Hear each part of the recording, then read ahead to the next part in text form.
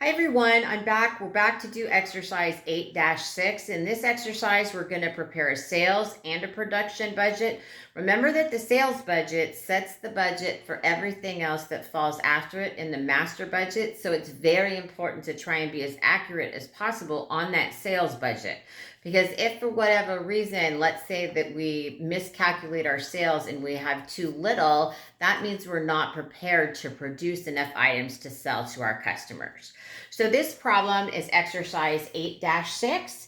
You can see there it says Sonic Incorporated manufactures two models of speakers, the Rumble and the Thunder, based on the following production and sales data for June. The first item we're going to prepare is the sales budget, and then B, we're going to prepare a production budget.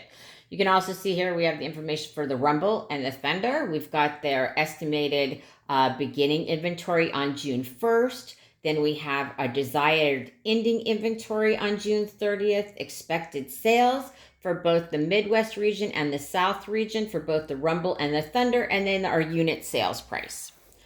So the first thing we're going to do is we're going to start working on the sales budget using the information that's provided for us. And so what you'll see here is that the first thing we're going to do, so you see it's set up, we've got our product and area.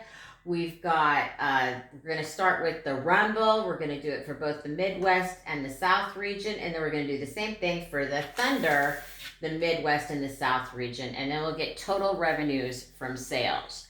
So if we look at the information provided in the problem, we can see that in the Midwest region, we expect to sell 12,000 of the Rumbles. Whoops, I want to make sure I'm putting all this in the right place. So 12,000 Rumbles. And we expect to sell each of those Rumbles for $60 each.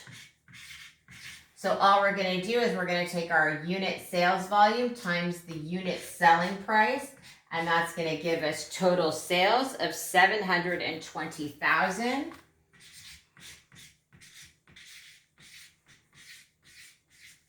With sales of the Rumble in the Midwest region. We're going to do the same thing for the South region. That's 14,000. Again, it's still got a $60 selling price, and that total amount comes to 840,000.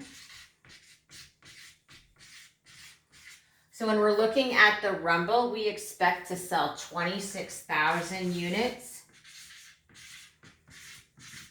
So that's our total there.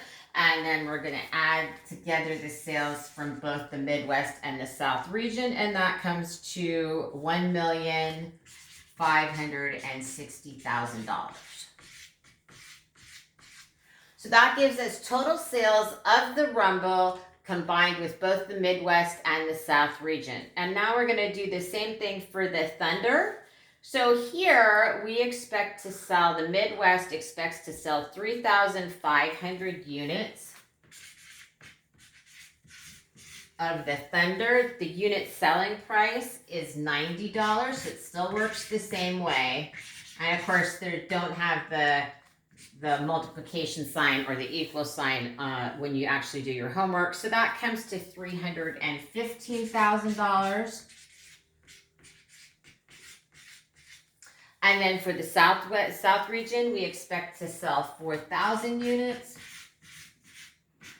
times $90 again.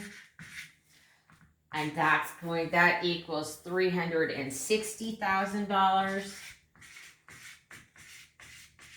So there's a total that we expect to sell of the Thunder of 7,500 units.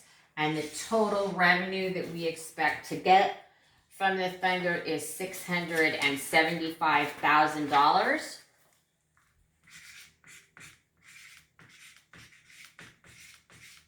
And then if we're going to look at total revenue from sales, our total revenue from sales is the $1,560,000 plus the $675,000. So our total revenue is going to be $2,235,000. Okay? So it's important to note here, we're looking at a sales budget. This is the amount of revenue that we're projecting that we're going to get. This is important when we're looking at purchasing and we're all purchasing direct materials, paying all of our bills, including our employees.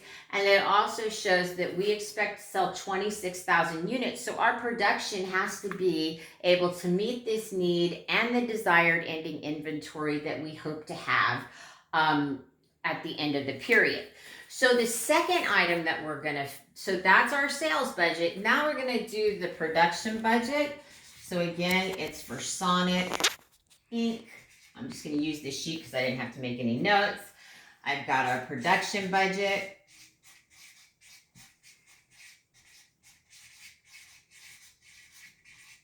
And again, it's for the month ended June 30th.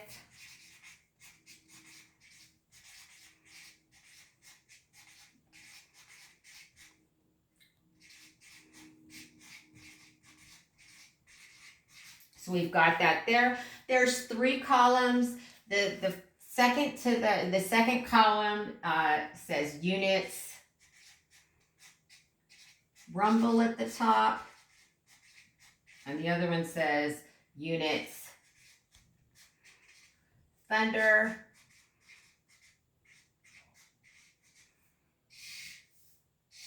So we've got that. So the first line here, we've got expected units to be sold.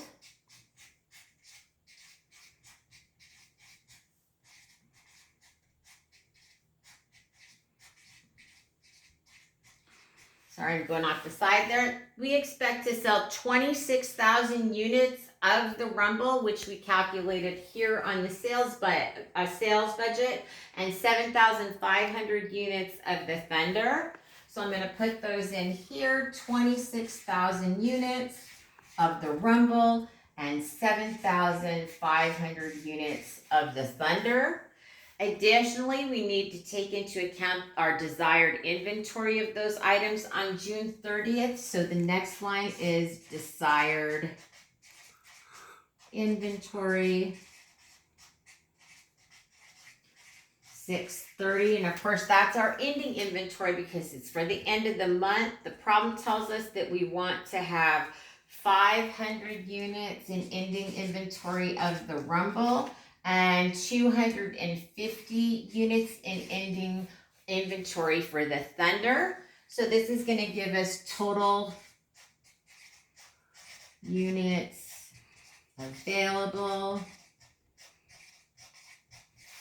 So of course, for the Rumble, that's 26,500 units. For the Thunder, we're looking at 7,750 units.